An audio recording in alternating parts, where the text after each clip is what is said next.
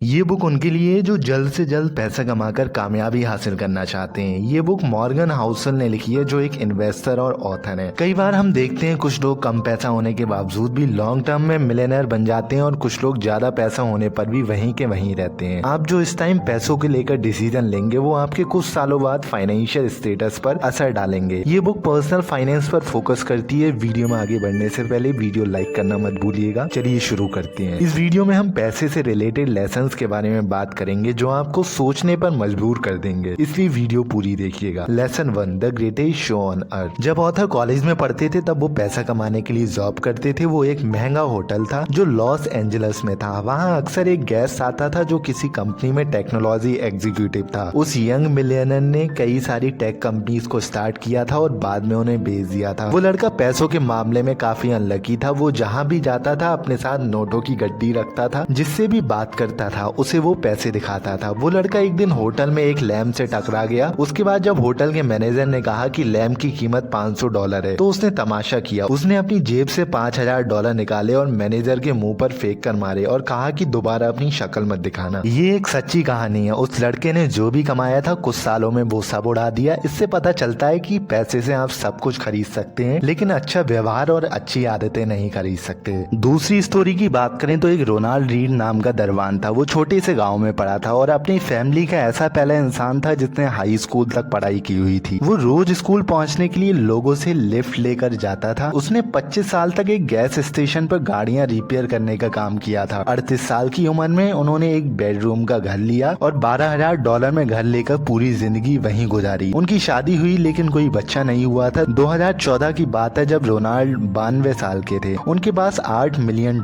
की संपत्ति थी जिसमें से $2 मिलियन उन्होंने अपने सौतेले बच्चों के लिए छोड़ दिए थे और $6 मिलियन एक हॉस्पिटल और एक बड़े लाइब्रेरी को डोनेट किए थे। रोनाल्ड ने कभी लॉटरी नहीं जीती थी। उन्होंने अपना पैसा बचाकर ब्लू चिप स्टॉक्स और म्यूचुअल फंड्स में इन्वेस्ट किया था। उन्होंने अपनी सेविंग्स को कंपाउंड होने दिया। जब उनकी डेथ हुई तो वो पैसा 8 मिलियन के बराबर हो चुका था। तीसरी स्टोरी एक रिचार्ड फ्यूज नाम के एग्जीक्यूटिव की है। उन्होंने हार्वर्ड से MBA किया और 40 साल की उम्र में उन्होंने सक्सेसफुल पीपल की लिस्ट में अपना नाम कमा लिया था। बड़े शहर में 18,000 स्क्वायर फुट का एक बड़ा बंगला उनका था जिसमें 2 स्विमिंग पूल, 2 लिफ्ट, 2 गैरेज और 11 बाथरूम थे। इस घर का मेंटेनेंस $90,000 पर मंथ था लेकिन उनकी किस्मत ने करवट बदली और 2008 का फाइनेंशियल क्राइसिस आया तो वो बर्बाद हो गए। इन तीनों कहानी से हमें सीखने मिला कि फाइनेंस में रोनाल्ड जैसे मामूली इंसान भी बड़ी अचीवमेंट कर सकते हैं। फाइनेंशियल सक्सेस एक ऐसा स्किल है जिसे कोई भी सीख सकता है। आप चाहे जहाँ भी हो या जैसे भी हो, पैसा आपके दिमाग को बड़ा बनाता है। हर कोई अमीर बन सकता है लेकिन उसके कुछ स्टेप्स होते हैं। Lesson 2, no one is crazy. जो इंसान गरीबी में बड़ा हुआ वो रिस्क और रिवॉर्ड को लेकर अलग तरह से सोचेगा। जो अमीरी में बड़ा हुआ है उसका रिस्क और रिवॉर्ड फैक्टर ज्यादा होगा। 2006 में national bureau of economic research ने एक रिसर्च की थी कि लोग किस बेसिस पर रिस्क लेते हैं। उन्होंने पाया कि किसी भी इंसान की रिस्क लेने की कैपेबिलिटी उसकी पर्सनल हिस्ट्री पर डिपेंड करती है, ना कि उसके एजुकेशन और इंटेलिजेंस पर। हर किसी के फाइनेंशियल डिसीजन अलग होते हैं। हम अपने पास मौजूद इंफॉर्मेशन के बेसिस पर ही डिसीजंस ले पाते हैं। Lesson 3, confounding compounding. कंपाउंडिंग का मतलब है जब कोई भी इन्वेस्टमेंट करने पर आपकी जो कमाई होती है उसे फिर से इन्वेस्ट करना ही कंपाउंडिंग कहते हैं। जब साइकोलॉजी ऑफ मनी किताब लिखी गई तब वॉरेन बफेट की नेटवर्थ $84.5 बिलियन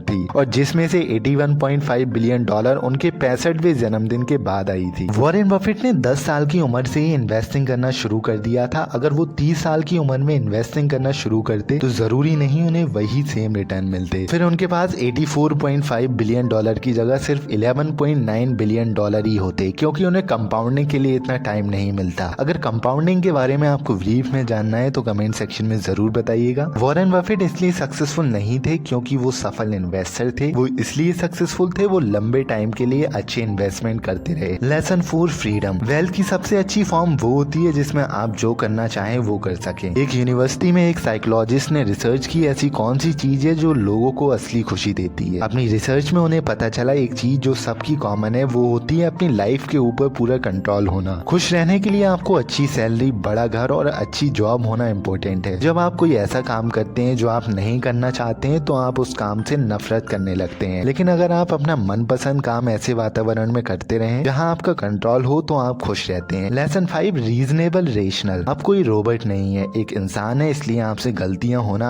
आम बात है। आप पूरी तरह रेशनल होकर अपने फाइनेंशियल डिसीजन नहीं ले सकते हैं, इसलिए रेशनल से ज्यादा रीजनेबल डिसीजन लें और आपके लॉन्ग टर्म में अमीर होने के चांसेस भी बढ़ा देंगे। दोस्तों, अगर आपको ये वीडियो वैल्यूएबल लगी हो, अगर इस वीडियो ने आपकी लाइफ में जरा भी वैल्यू ऐड की हो, तो कमेंट सेक्शन में जरूर बताइएगा और वीडियो को लाइक, शेयर और चैनल को सब्सक्राइब करना मत भूलिएगा। आपको इस चैनल पर ऐसे ही अमेजिंग वीडियोस मिलती रहेंगी।